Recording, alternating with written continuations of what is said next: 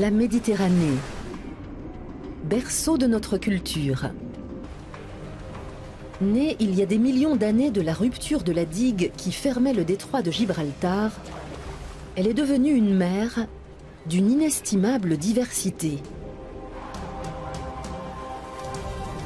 Peuplée de créatures de légende,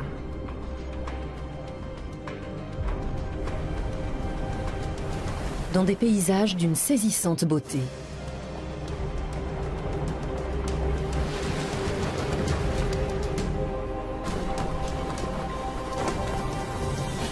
Nous partons en expédition sur les flots, par la terre et dans les airs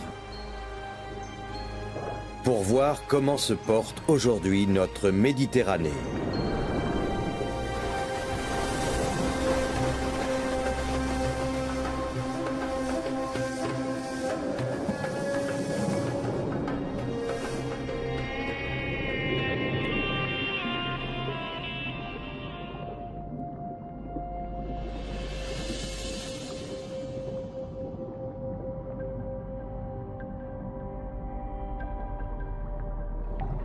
Voici la Grotta dei Fantasmi, la grotte des fantômes, au nord-ouest de la Sardaigne. Il y a des milliers d'années, nous aurions pu accéder à la grotte à pied. L'eau s'infiltrait alors par le plafond sous forme de petites gouttes, tandis que les courants souterrains sculptaient d'étonnantes formes dans la roche calcaire tendre. Mais c'est avec la montée du niveau de la mer que la grotte s'est retrouvée submergée.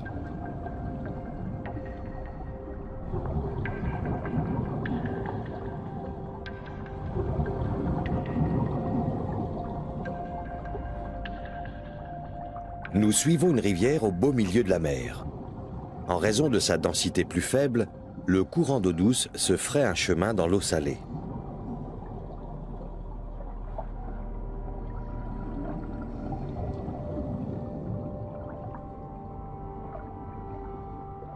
Mais la Sardaigne recèle encore bien d'autres curiosités géologiques.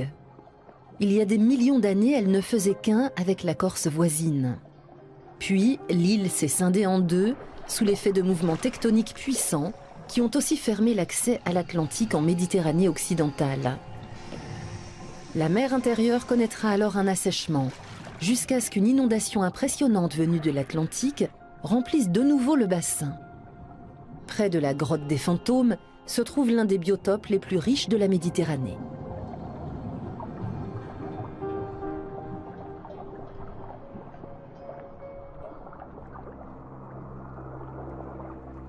Une fois par an, des dizaines de milliers de canthères se réunissent pour frayer au large des côtes de la Sardaigne et de la Corse, où les courants offrent des conditions optimales.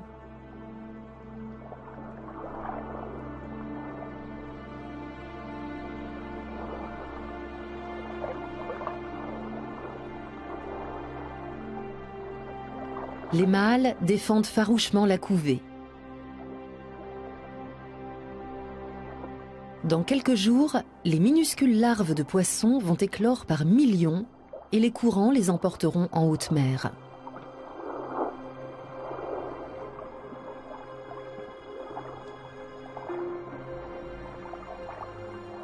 Le rassemblement des canthères annonce le début de longues migrations dans les eaux méditerranéennes.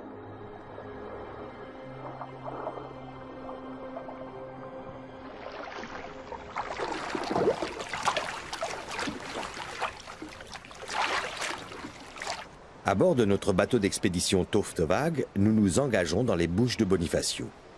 Dans cette zone située entre la Sardaigne et la Corse, la profondeur n'atteint pas plus de 70 mètres. Au printemps, c'est un passage incontournable pour de nombreuses espèces venues s'y reproduire ou ratisser les fonds marins, véritables garde-manger. Nous voici donc au bon endroit à point nommé.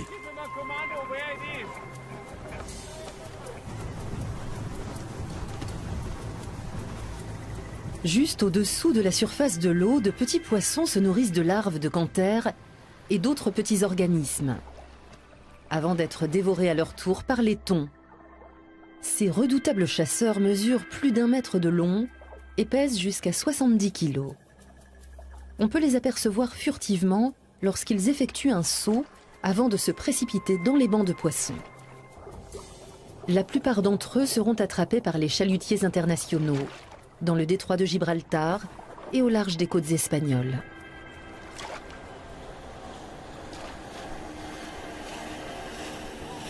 La pêche côtière en subit les conséquences. Le poisson se fait de plus en plus rare. Mais les pêcheurs locaux sont loin d'être exemplaires. Ils utilisent la technique du filet calé, pourtant interdite. Par mauvais temps, les poissons ne peuvent être récupérés et ils se décomposent dans les filets. Presque toutes les espèces de thon sont actuellement menacées. Par endroits, leur population est totalement décimée. Pour eux, la migration est devenue une pratique dangereuse. Là où leurs ancêtres se reproduisaient abondamment, les thons d'aujourd'hui meurent en grand nombre. Ils traversent des milliers de kilomètres depuis l'Atlantique pour rejoindre la Méditerranée. Un comportement qui a perduré au cours de millions d'années, jusqu'à ce que l'homme ne fasse irruption avec ses filets.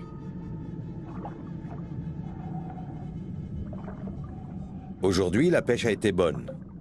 Ils ne voient pas d'inconvénient à ce que nous filmions leur méthode de pêche pourtant illégale. Un thon rouge comme celui-ci se vend à plusieurs centaines d'euros. Mais les pêcheurs connaissent de moins en moins de jours chanceux et les traditionnels filets calés, les madragues, moyens de subsistance pour des villages entiers pendant des siècles, ne sont même plus mis en place. Ils restent trop souvent vides.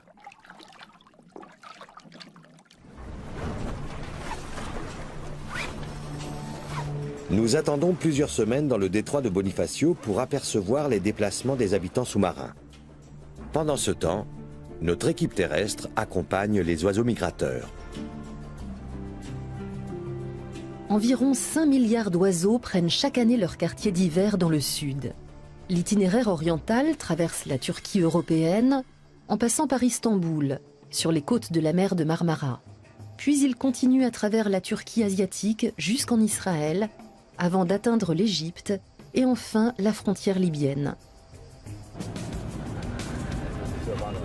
Nous allons parcourir 4000 km sur 3 continents. Un demi-million de cigognes contournent la Méditerranée par l'est. Pour éviter de survoler la haute mer, les cigognes blanches sont prêtes à faire de longs détours.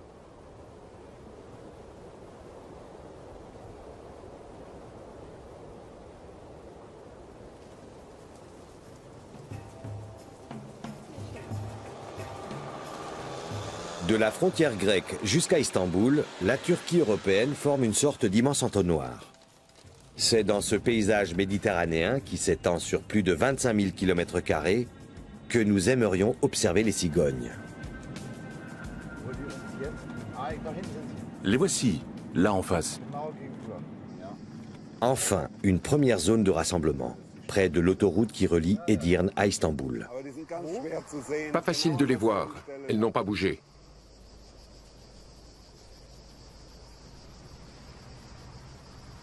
Avec une envergure de 2 mètres, la cigogne blanche appartient à la famille des oiseaux planeurs.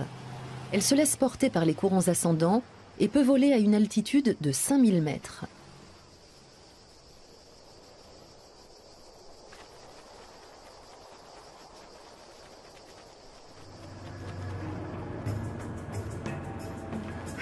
Arrête, des cigognes mortes. Nous suivons les oiseaux pour voir où ils passent la nuit. L'ornithologue Holger Schulz étudie depuis 30 ans le comportement migratoire des cigognes blanches. Rien n'échappe à son œil expert. Elle a dû se faire électrocuter. Je ne vois pas de bague. Regarde, elle a des plumes brûlées. Oui, c'est bien une électrocution. Elle a dû se poser sur le pylône pour dormir. Le contact avec une prise de terre et la ligne électrique lui a été fatal. Voyons si les autres ont des bagues. Les bagues numérotées font office de pièces d'identité. Elles renseignent sur la provenance et la destination des oiseaux. Celle-ci n'a pas de bague, mais ses ailes portent des marques d'électrocution. Celle-là a les ailes complètement brûlées, c'est évident.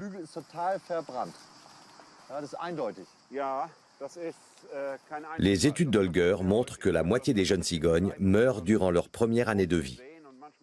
L'électrocution représente près de 70% des causes de mortalité.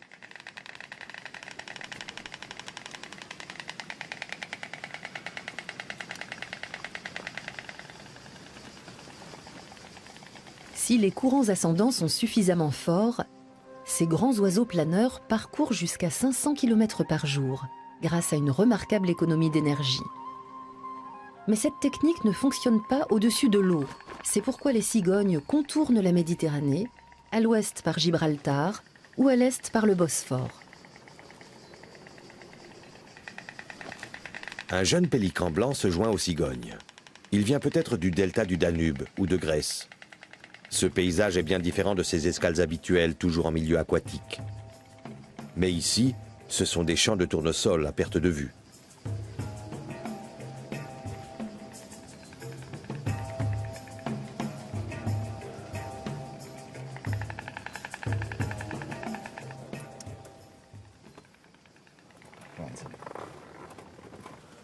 Quel spectacle!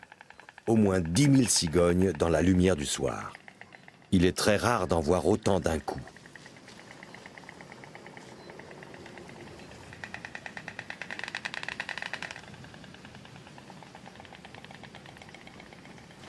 Les cigognes qui atteignent la Turquie le matin poursuivent directement la route vers l'Asie. Celles qui arrivent le soir passent la nuit en Europe avant d'entamer la traversée éprouvante du Bosphore. Elles s'agitent. Tu crois qu'elles passeront la nuit dans le champ? Non, je ne crois pas. Elles dormiront dans les arbres. Sur le sol, elles ne seraient pas à l'abri des chiens errants.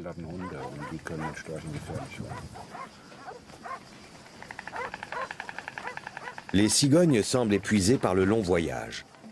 Les unes après les autres, et en prenant tout leur temps, elles trouvent refuge dans les arbres pour passer la nuit.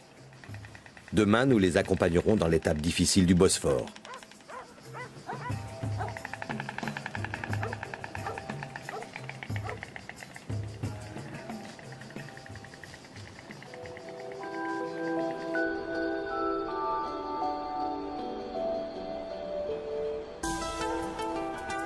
De nombreux habitants de la mer migrent par les bouches de Bonifacio, ce qui raccourcit leur périple de plusieurs centaines de kilomètres.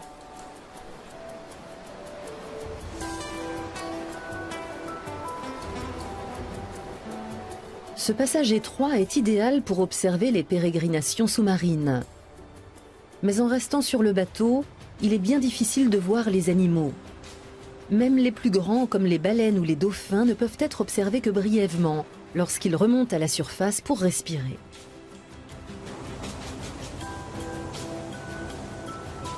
Un petit avion nous facilite la tâche. Nous pouvons localiser des bancs de sardines et autres poissons impossibles à distinguer depuis la hune du Toftevag, notre vénérable navire en bois de plus de 100 ans. L'avion nous permet de scruter les bouches de Bonifacio, d'une largeur de 12 km. Lorsque tout est calme à la surface de l'eau, nous pouvons même observer des micro-organismes qui se multiplient abondamment dès le début de l'été. L'eau grouille alors de minuscules algues et crustacés qui forment des zones de plancton de plusieurs kilomètres carrés. Un véritable garde-manger pour de nombreuses espèces. Le plancton nourrit aussi bien la méduse que le requin pèlerin, un géant de plus de 10 mètres qui filtre la soupe nutritive grâce à son immense gueule. Il n'est pas rare de rencontrer ces animaux impressionnants, mais nul ne saurait dire d'où ils viennent ni où ils vont.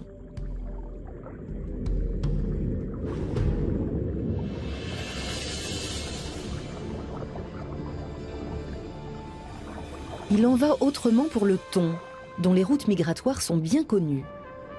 C'est au début de l'été qu'il quitte l'Atlantique. Sur son chemin, il chasse de petits poissons qui eux-mêmes se nourrissent de plancton.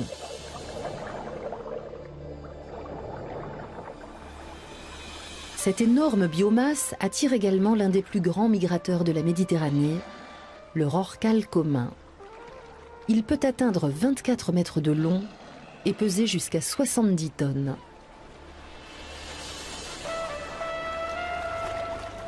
Les dauphins aiment profiter de la vague créée par le déplacement de ces imposants cétacés. Mais les rorquals disparaissent à la fin de l'été et leur quartier d'hiver reste un grand mystère pour la biologie marine. Bruno Diaz travaille dans une station de biologie marine sur la côte nord-est de la Sardaigne. Ce biologiste espagnol connaît parfaitement les pratiques migratoires dans les Bouches de Bonifacio. Cet hydrophone nous permettra d'enregistrer les sons que produisent baleines et dauphins pour communiquer. Les ondes sonores se propagent 4,5 fois plus vite dans l'eau que dans l'air. Nous comptons localiser les animaux grâce à ce dispositif. L'hydrophone capte les ondes sonores sur plusieurs kilomètres. L'oreille humaine ne peut en général percevoir ces ondes. Les oscillations acoustiques doivent être transformées en fréquences audibles. L'hydrophone indique également la direction dans laquelle se trouvent les animaux. La Méditerranée abrite entre 3500 et 5000 rorquals. Ils sont nombreux à emprunter les Bouches de Bonifacio.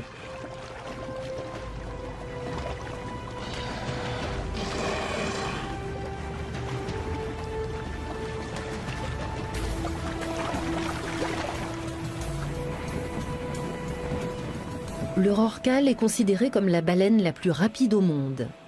Il peut se déplacer à 40 km/h. Avant l'apparition des bateaux à vapeur au XIXe siècle, les chasseurs de baleines ne parvenaient pas à le suivre. Il est très difficile de filmer un rorqual. Nous devons orienter notre cadreur sous-marin à partir du bateau.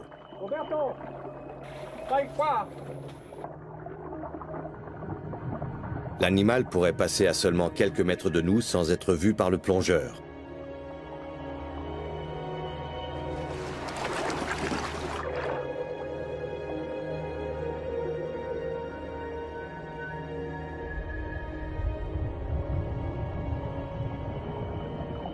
Il s'agit d'un travail herculéen. Sans ces longues palmes en carbone, le cadreur ne pourrait même pas s'approcher des rorquals.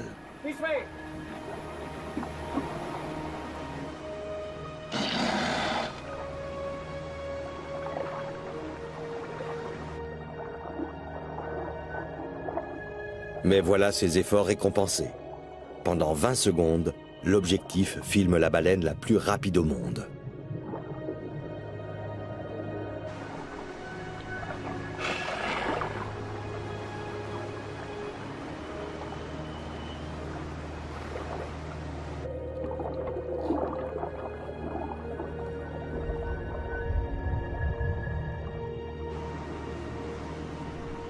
Nous allons maintenant analyser les données de l'hydrophone.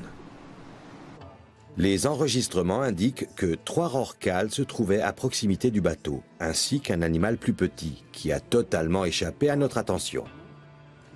Mais pour les biologistes marins, cela fait partie du quotidien. Comme d'autres espèces de baleines, les rorquals sont identifiables grâce à leur nageoire dorsale et à leur motif de couleur.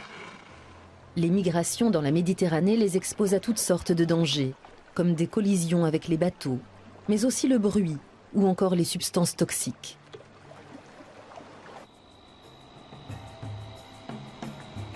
Il est 5 heures du matin. Alors que nos cigognes se reposent encore, nous prenons la route pour la plus grande métropole turque. Nous nous dirigeons vers une ville âgée de 3 millénaires qui, au cours de l'histoire, s'est tour à tour nommée Byzance et Constantinople. Istanbul est à la croisée des continents européens et asiatiques, séparés par le Bosphore. Pas facile de s'orienter dans ce gigantesque labyrinthe de maisons. Istanbul occupe une superficie d'environ 5000 km², c'est-à-dire presque 2 fois la taille de Paris et Berlin réunis. Un creuset des cultures occidentales et orientales. Le détroit du Bosphore, long de 30 km, relie la mer de Marmara à la mer Noire. L'eau méditerranéenne à forte teneur en sel suit des courants profonds vers le nord, tandis que des courants moins salés et proches de la surface se déplacent en sens inverse.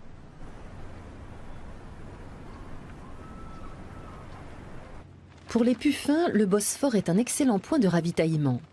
Quant aux cigognes, les vents forts peuvent interrompre leur voyage. Justement, près de l'aéroport Atatürk, les conditions météorologiques se dégradent. Je ne les vois pas. Elles ont dû se poser dans les parages.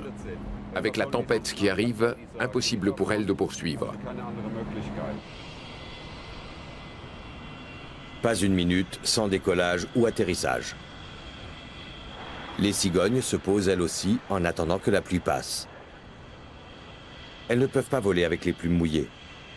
Les cigognes choisissent comme aire de repos un aéroport militaire situé un peu à l'écart. Nous nous risquons avec elles dans cette zone où il est strictement interdit de filmer. Très rapidement, 5000 cigognes se rassemblent devant les hangars d'avions militaires. Heureusement, notre tournage passe inaperçu. Les sentinelles sont peut-être tout comme nous captivés par les cigognes.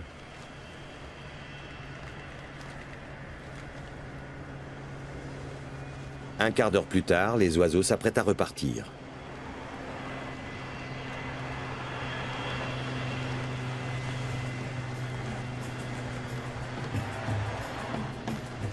L'ancien poste de douane Kiz-Kulesi, ou Tour de Léandre. Nous voici dans l'Istanbul asiatique. On va se garer. Les cigognes passeront par ici. D'accord. Environ 50 000 navires de tout type, du pétrolier au sous-marin, transitent chaque année par le Bosphore. Il s'agit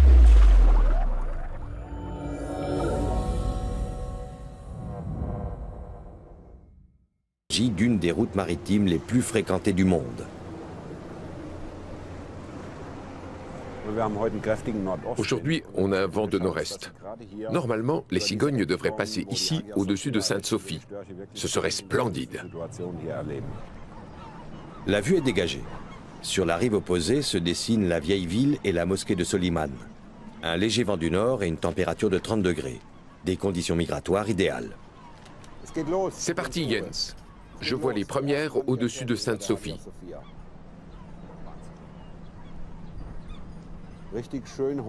Elles montent très haut avec les courants ascendants.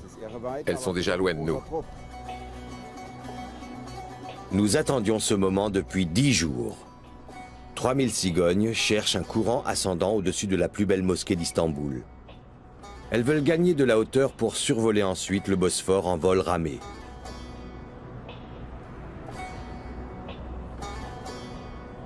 Les cigognes ont 8000 km de vol devant elles. Elles traversent l'Anatolie jusqu'aux côtes méditerranéennes turques, puis passent par le Proche-Orient et rejoignent enfin l'Afrique du Sud. Nous les retrouverons en Israël.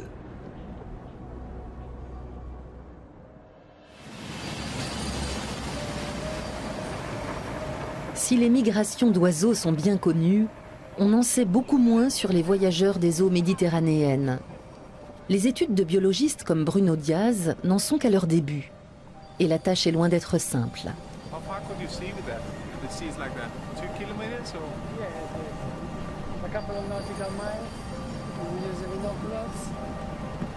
La surpêche, les substances toxiques et les déchets en plastique déciment de nombreuses espèces. Plusieurs jours s'écoulent sans que nous rencontrions de migrateurs.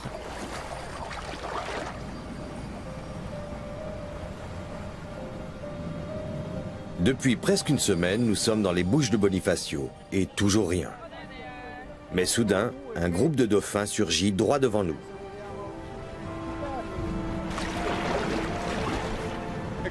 Plus de 10 spécimens d'une taille impressionnante.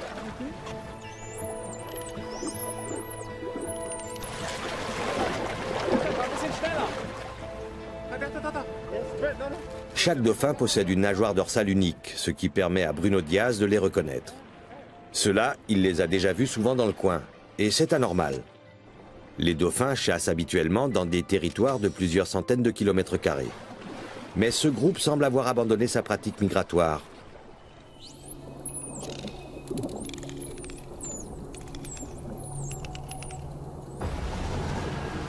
Tout s'explique par la présence d'un élevage de poissons. Ici, Bruno Diaz rencontre 3 fois plus de dauphins qu'en haute mer. Il s'agit souvent du même groupe. Les cétacés ne se laissent pas impressionner par les filets et les cordes.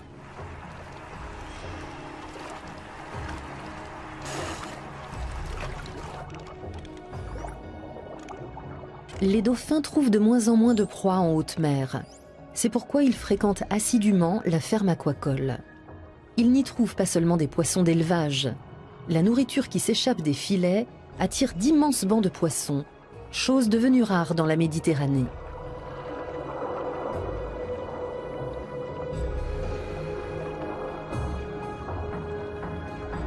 Le phénomène que nous découvrons près de la ferme en dit long sur l'état déplorable de l'écosystème de la Méditerranée.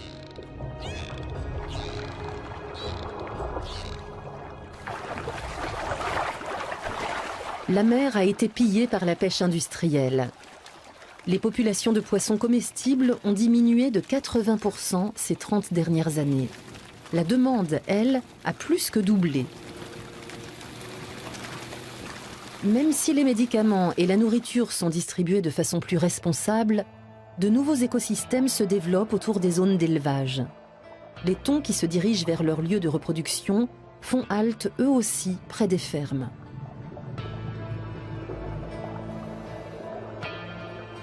Grâce à leurs lignes latérales, ils peuvent localiser de très loin les mouvements des bancs de poissons.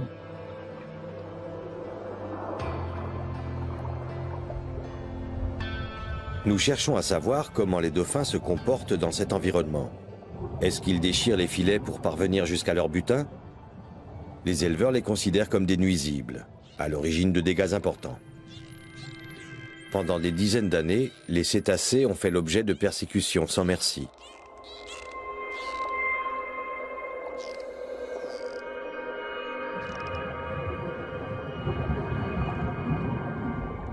Nous constatons que les animaux s'activent bel et bien en tirant sur les mailles du filet.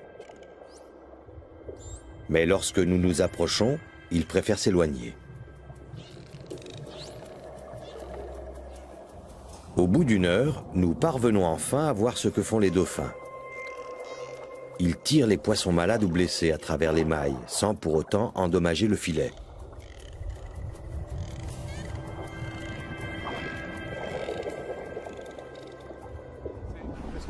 Grâce à ces preuves, Bruno Diaz espère que les éleveurs feront preuve de compréhension. Pour cette famille de dauphins, la ferme aquacole est devenue un moyen de subsistance. Ils ne migrent plus pour se nourrir.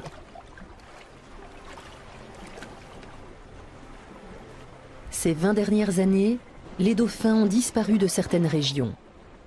Ici, ils sont les hôtes indésirables des élevages de poissons. Où est donc passée l'époque de la Grèce antique qui vénérait ces animaux comme des dieux? Le légendaire Dôme du Rocher à Jérusalem. Nous voici en Israël sur les traces de nos oiseaux migrateurs. Plus de 40 ans après la guerre des 6 jours, le paysage près de la frontière syrienne reste marqué par les champs de mines. À l'extrémité nord du plateau du Golan, aux confins d'Israël, de la Syrie et du Liban, se situe le massif du Hermon.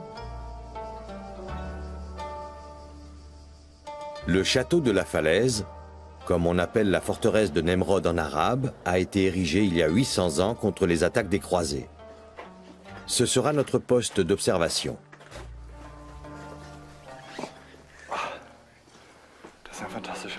Quelle vue splendide! Une vallée immense. Avec les montagnes des deux côtés, on dirait un entonnoir. Les cigognes vont survoler ce paysage. Oui, c'est leur trajectoire. D'après les ornithologues israéliens, 500 millions d'oiseaux migrateurs traversent le pays 2 fois par an. Avec un système de radar, Yossi Lechem et son équipe observent le ciel et comptent les oiseaux. Nous avons 3 stations, une ici à Latroun, une en Galilée et une dans le désert du Negev. C'est ici que les mouvements migratoires des oiseaux sont observés. Là, vous avez les pélicans, ils arrivent de la vallée de la Houla. Et voilà Jens avec son planeur.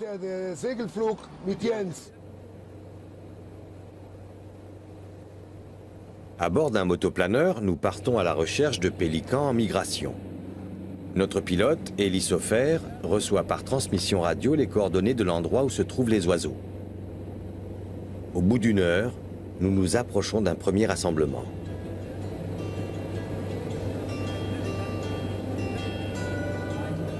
Tout en légèreté, les grands oiseaux planent au-dessus de la vallée du Jourdain. Quelle sensation inoubliable de les filmer dans les airs et de voler avec eux.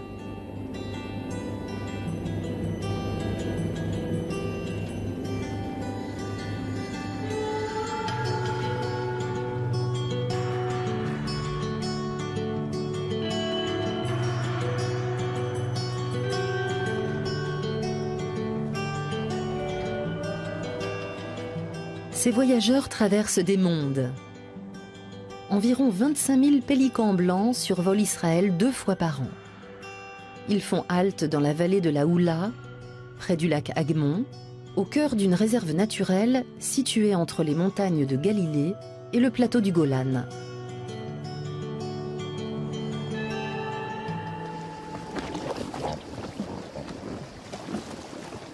Cette importante zone marécageuse offre aux oiseaux un espace protégé et de la nourriture. Des pélicans venus de toute l'Europe viennent y reprendre des forces.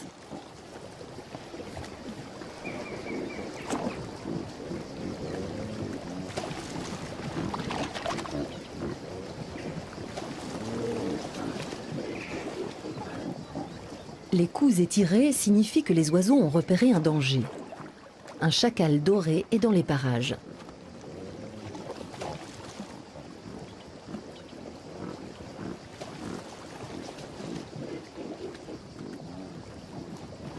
Le ragondin, ou castor des marais, est quant à lui végétarien. Les pélicans n'ont rien à craindre.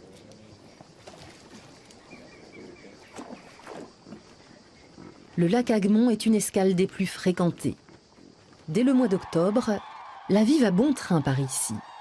Lorsque les grues arrivent par milliers de Finlande et d'Europe de l'Est, leurs cris font vibrer la vallée de la Houla sur plusieurs kilomètres.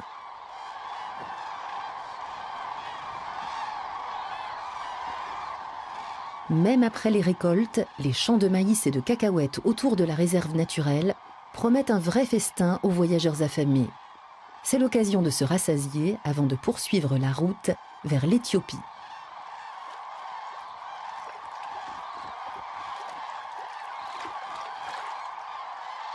Nous nous sommes dissimulés pour filmer les oiseaux de près. Les grues en migration sont très farouches. Ce soir, au coucher du soleil, nous assistons à un moment spectaculaire. Les quelques 40 000 grues semblent tout obéir à un seul ordre. Et en peu de temps, elles rejoignent ensemble le lac Agmon, où elles passeront la nuit.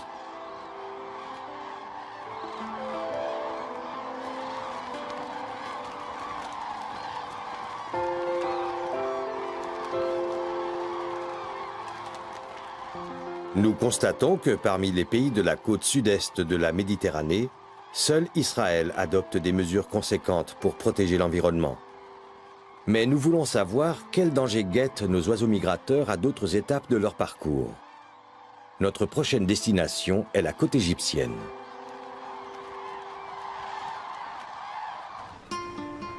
Le migrateur le plus rare de la Méditerranée sait se faire désirer.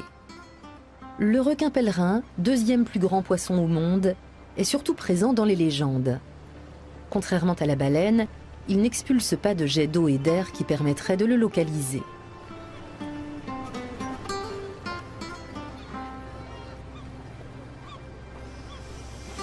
Nous nous renseignons auprès de pêcheurs dans les ports Corse et Sardes. Ils ont déjà vu des animaux plus grands que leurs bateaux, nous disent-ils. Mais cette année, pas encore. Le froid a tout retardé, ce qui n'est pas une bonne nouvelle. On nous indique les endroits où les requins sont généralement aperçus.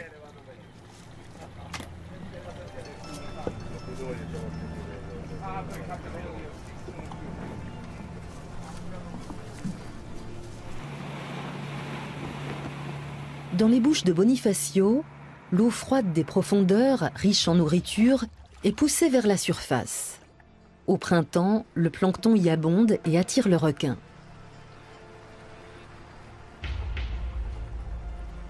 Soudain, nous apercevons sa nageoire dorsale. Bruno veut constituer des archives sur Internet avec des photos de nageoires, ce qui permettrait de répertorier les animaux et les lieux où ils ont été aperçus. Les biologistes de la Méditerranée pourraient se servir de ces données afin de retracer les mouvements migratoires des requins pèlerins. Les touristes aussi seraient invités à prendre des photos et à les partager.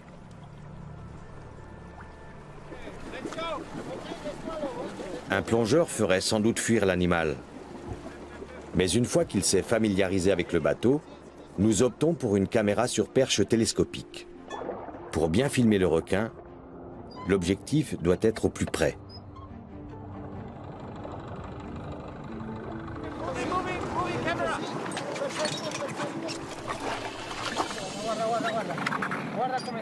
Les requins pèlerins peuvent atteindre 12 mètres de long et n'ont pas d'ennemis naturels.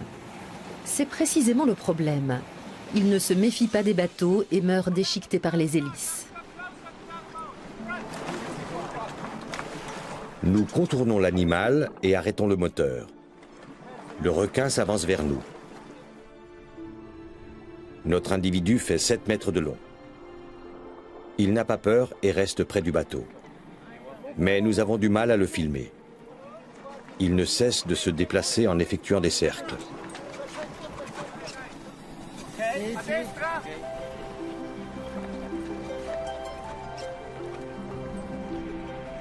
C'est qu'il est en train de se nourrir. Grâce à son imposante gueule d'1,5 mètre, il filtre l'eau pour capturer les micro-organismes. Et pour cela, il doit rester constamment en mouvement.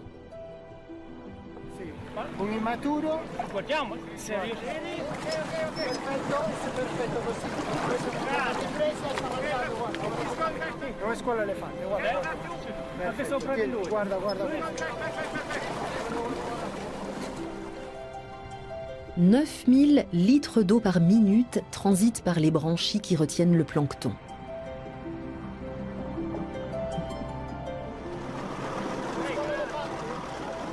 Le requin frôle le bateau. Nous le filmons avec une précision telle que même ses organes génitaux sont reconnaissables. Son ptérygopode, situé derrière les nageoires pelviennes, nous indique qu'il s'agit d'un mâle. Nul ne sait combien de ces doux géants sillonnent encore la Méditerranée. Pas plus qu'on ne connaît leur destination migratoire. Cet individu ne se reproduira peut-être plus jamais. Et l'espoir est faible de sauver cette espèce unique de l'extermination. Nous voici arrivés sur la côte égyptienne. Notre première étape est un lieu chargé d'histoire, le cimetière militaire allemand à El Alamein. À la différence des cigognes, la plupart des petits oiseaux européens survolent la Méditerranée la nuit, d'une seule traite. Pour beaucoup d'entre eux, le voyage s'arrête ici. Au lever du soleil, épuisés de leur voyage, ils recherchent l'ombre pour se reposer. Mais c'est la mort qui les surprend. En sillonnant les oasis autour d'El Alamein, nous trouvons partout des oiseaux pris au piège. Incroyable. Encore des filets. Entre août et septembre, presque tous les arbres et arbustes sont recouverts de ces redoutables filets. Une fois pris dedans, les oiseaux n'ont aucune chance de s'échapper. Ceux qui hésitent sont poussés vers les filets.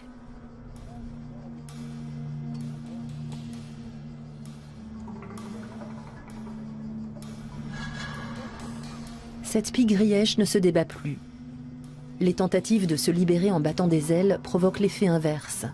L'oiseau s'enfonce encore plus dans les mailles. Chaque automne, des milliers d'oiseaux sont pris au piège dans les environs d'El Alamein. Sur toute la côte égyptienne, entre la bande de Gaza à l'est et la frontière libyenne à l'ouest, se dressent des filets d'oiseleurs.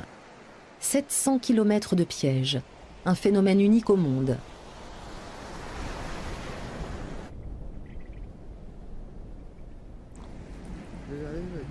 Les oiseleurs sont bien organisés. Ils savent que les oiseaux qui arrivent sur la côte voyagent presque tous de nuit. Il suffit de les ramasser de bon matin, encore vivants. Des kilomètres de filets remplis d'oiseaux. Oui, c'est fou, inimaginable. Ce ne sont pas 2-3 filets. mais une véritable barrière qui bloque les oiseaux migrateurs. Les pauvres petits ont survolé 2000 km au-dessus de la mer et arrivés sur la plage, ils meurent dès les 50 premiers mètres. Les cailles représentent une proie particulièrement lucrative.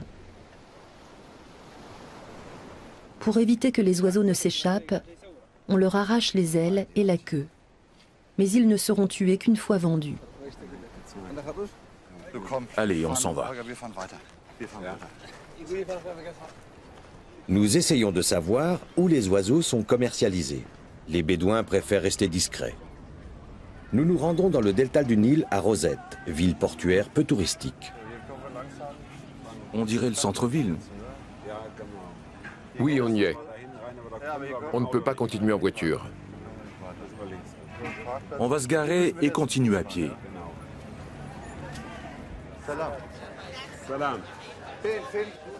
Dans la vieille ville, on nous renseigne poliment. Tout droit, puis à gauche, nous dit-on.